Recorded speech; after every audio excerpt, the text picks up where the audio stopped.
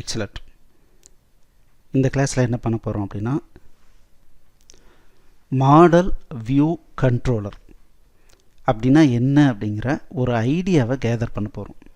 அது எப்படி பண்ண போகிறோம்னா, ஏற்கனவே ஃபஸ்ட்டு உங்களுக்கு ஒரு டெமோ காமிச்சேன், ஹலோ வேர்ல்டுன்னு ஒரு அப்ளிகேஷன்.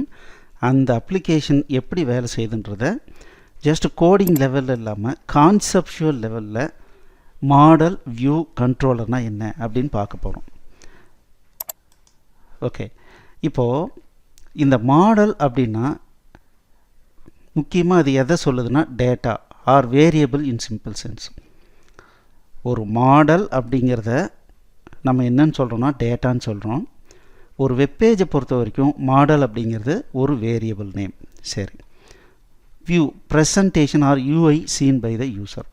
யூசர் எதெல்லாம் வியூ பண்ணுறாரோ அதை வியூ அப்படின்னு நம்ம சொல்கிறோம்.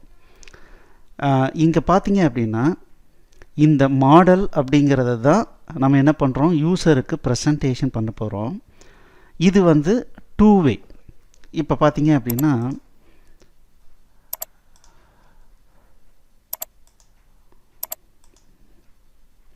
பாருங்கள், இது ஒரு கண்ட்ரோல்.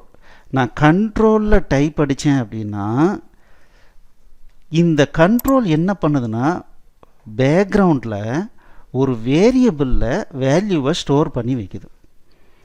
அதே மாதிரி இங்கே நான் என்ன பண்ணுறேன்னா வேரியபிளுக்கு வேல்யூவை நான் கோடிங் வழியாக செட் பண்ணுறேன். இப்போ பாருங்கள், டெஸ்ட் அப்படின்னு கொடுத்து என்டர் அடிக்கிறேன். இங்கே என்ன பண்ணுறேன் அப்படின்னா அந்த வேரியபிளுக்கு வேல்யூவை இங்கே செட் பண்ணுறேன். அப்போவும் என்ன ஆகுது, ஃப்ரண்ட் எண்டும் அப்டேட் ஆகுது. பாருங்கள், இது யூசர் இன்டர்ஃபேஸ், இது வியூ. அதில் முக்கியமாக இந்த டெக்ஸ்ட் பாக்ஸுங்கிறது ஒரு வியூ. இங்கே டைப் அடித்தா பேக்கெண்டில் இருக்கிற வேரியபிளுக்கு போய் செட் ஆகுது, அதாவது மாடலுக்கு போய் செட் ஆகுது. அதே நான் மாடலில் போய் டைரெக்டாக வேல்யூவை சேஞ்ச் பண்ணேன் அப்படின்னா அது ஃப்ரண்ட் எண்டில் வியூவில் போய் அப்டேட் ஆகுது. அதுதான் AngularJSனுடைய மிகச்சிறந்த ஒரு முக்கியமான ஒரு விஷயம். இல்லைன்னா நம்ம jQueryயில் என்ன பண்ணுவோம் அப்படின்னா ஒவ்வொரு HTML எந்த கண்ட்ரோல்லேருந்து நான் வேல்யூ எடுக்கணுமோ அதுக்கு ஒரு ஐடி கொடுத்துட்டு அந்த ஐடியை பேஸ் பண்ணி அந்த கண்ட்ரோலை எடுத்து அதை பேஸ் பண்ணி வேல்யூ எடுக்கணும். அதே மாதிரி நான் இதை கொண்டு போய் வேறு எங்கேயாவது டிஸ்பிளே பண்ணணுன்னா நான் தான் மேனுவலாக கோடிங் பண்ணி பண்ணணும். ஆனால் இங்கே அப்படி இல்லை, மாடலாகவும் வியூவாகவும் பிரித்து இது ரெண்டையும் பைண்டிங் பண்ணுறதுக்கு உண்டான, இது ரெண்டையும் ஒட்ட வைக்கிறதுக்கு உண்டான வேலையை கண்ட்ரோலர் பண்ணுது. சரி, இந்த கண்ட்ரோலர் என்ன பண்ணுது, மேனிப்புலேட்டிங் மாடல், அதாவது டேட்டாவை செட் பண்ணுறது இந்த கண்ட்ரோலர்னுடைய வேலை.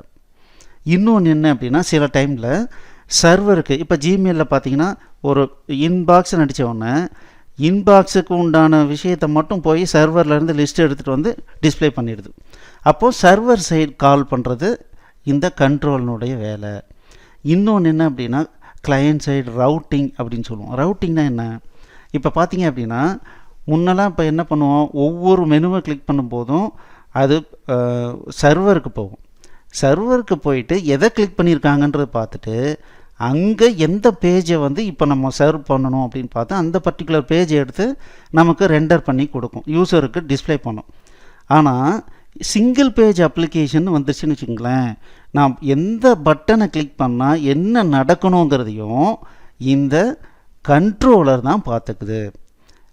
அதே சமயத்தில் ஒவ்வொரு பட்டனுக்கும் ஒரு URL அசைன் பண்ணிக்கலாம், ஒவ்வொரு லிங்க்குக்கும் ஒரு URL அசைன் பண்ணிக்கலாம். ஒரு பேஜ் மாதிரியே ட்ரீட் பண்ணலாம், பேஜ் மாதிரியே ட்ரீட் பண்ணோம். ஆனால் அது கிளையண்ட் சைட்லேயே எல்லா ஆக்டிவிட்டியும் நடக்கணும். இந்த மாதிரியான வேலையெல்லாம் பண்ணுறது என்ன அப்படின்னா கண்ட்ரோலர். சரி, இப்போ நம்ம கோடை வந்து நம்ம பார்க்கலாம். சரி, இப்போ பார்த்தீங்கன்னா இந்த இடத்துல மாடல் அப்படிங்கிறது என்ன சார், இதுதான் மாடல். வியூ அப்படிங்கிறது இதுவும் ஒரு வியூ தான், இந்த ரெண்டும் வியூ தான். இங்கே என்ன பண்ணியிருக்கோம், இந்த மாடலில் இது ஒரு வேரியபிள் நேம் வச்சுக்கலாம். இந்த வேரியபிளில் என்ன மாற்றம் நடந்தாலும் இந்த மாடல் எங்கெல்லாம் வியூக்கு நான் யூஸ் பண்ணியிருக்கனோ அது எல்லாமே ஆட்டோமேட்டிக்காக மாறும். அப்போ இது மாடல், இது வந்து வியூ. இந்த இதை எங்கெல்லாம் கொண்டு போய் யூஸ் பண்ணியிருக்கனோ அதெல்லாம் வியூ. சரி, இப்போது ஒரு பட்டன் வச்சுருக்கோம். இந்த பட்டனை கிளிக் பண்ணால் இந்த மாடலினுடைய வேல்யூவை மாற்றுறோம். அது எங்கே பண்ணுறோம்? இங்கே பண்ணுறோம். இங்கே பாருங்கள், இதனுடைய டோட்டல் இதை நம்ம விட்டுறலாம். இப்போதைக்கு நீங்கள் இந்த 2 லைனில் மட்டும் கான்சன்ட்ரேட் பண்ணுங்கள். ஏதோ ஒரு ஜாவாஸ்கிரிப்ட் கோடிங் இருக்குது, அதில் என்ன பண்ணுறோன்னா ப்ராம்ப்ட் ஃபங்க்ஷன் யூஸ் பண்ணி யூசர்கிட்டேருந்து ஒரு இன்புட் வாங்குகிறேன். அவர் வந்து கேன்சல் ப்ரெஸ் பண்ணலன்னா அப்போ என்ன பண்ணுறோம், இந்த யுவர் நேம் அப்படிங்கிற இடத்துல யூசர்கிட்டேருந்து என்ன இன்புட் வாங்கணுமோ நான் அசைன் பண்ணுறேன். இப்படி அசைன் பண்ண உடனே என்ன ஆகுது அப்படின்னா, இந்த 3 இடத்துலையும் எங்கெல்லாம் இந்த பேர் உபயோகப்படுத்தியிருக்கோமோ அங்கே எல்லா இடத்துலையும் ஆட்டோமேட்டிக்காக அப்டேட் ஆகுது. இப்போ பாருங்கள், இதுக்கு நான் எந்த கோடிங்கும் எழுதலை. இப்போ டெஸ்டிங்னு இருக்குது. இப்போ கிளிக் பண்ணுறேன். இப்போ பார்த்தீங்கன்னா தமிழ்நாடு அப்படின்னு அடிச்சுட்டு ஓகே கொடுத்தேன்னா இப்போ என்ன ஆகுது, நான் வேரியபிளுக்கு மட்டும்தான் அசைன் பண்ணுறேன். ஆனால் பேக்கெண்டில் இந்த வேரியபிளை, அதாவது இந்த மாடலை நான் எங்கெல்லாம் உபயோகப்படுத்தணுனோ அந்த வியூலாம் ஆட்டோமேட்டிக்காக அப்டேட் ஆகிடுச்சு. அப்போது இதிலேருந்து என்ன தெரிஞ்சுக்கிறோம், கான்செப்ட் மட்டும் நீங்கள் புரிஞ்சுக்கிட்டிங்கன்னா போதும். மாடல் அப்படிங்கிறது டேட்டா அல்லது வேரியபிள். நம்ம வேரியபிளை நம்ம என்ன பண்ணலாம் அப்படின்னா கோடிங்லேயும் ஜென்ரேட் பண்ணிக்கலாம். அப்படி இல்லை அப்படின்னா ஏதாவது ஒரு கண்ட்ரோலையே ஒரு வேரியபிளாக மாற்றிக்கலாம். இந்த இடத்துல என்ன பண்ணியிருக்கோன்னா, இந்த கண்ட்ரோலில் என்ன வேல்யூ இருக்கோ அதையே நான் வேரியபிளாக வச்சுருக்கேன், ஒரு மாடலாக வச்சுருக்கேன். இது இப்படியே இருக்கணுன்ற அவசியம் இல்லை. நான் டைரெக்டாக இங்கேயும் ஒரு பேரை நான் க்ரியேட் பண்ணிக்க முடியும். சரி, இது மாடல்னால் என்னன்னு தெரிஞ்சுது. வியூ அப்படிங்கிறது என்ன அப்படின்னா யூசருக்கு ப்ரெசன்டேஷன்.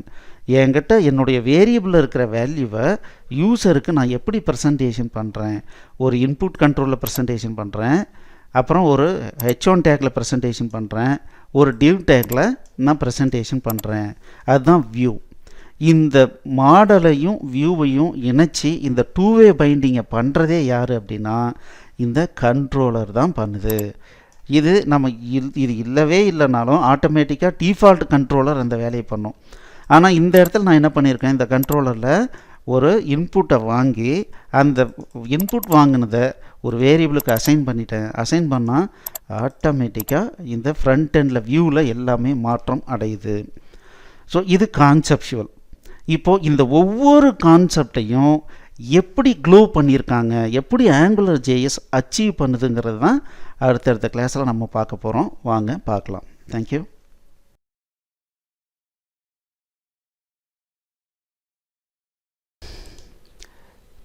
எக்ஸலண்ட். இந்த வீடியோ உங்களுக்கு பிடிச்சிருந்தால் லைக் பண்ணுங்கள், எங்கள் சேனலுக்கு சப்ஸ்கிரைப் பண்ணுங்கள், இந்த வீடியோவை ஷேர் பண்ணுங்கள், குறிப்பாக உங்களுடைய கமெண்ட்ஸ் எழுதுங்க. மேலும் எங்களுடைய அனைத்து கோர்ஸ் என்னென்ன வச்சுருக்கோன்றதை பார்க்குறதுக்கு கீழே இருக்கிற டிஸ்கிரிப்ஷனை கண்டிப்பாக படிங்க. தேங்க்யூ.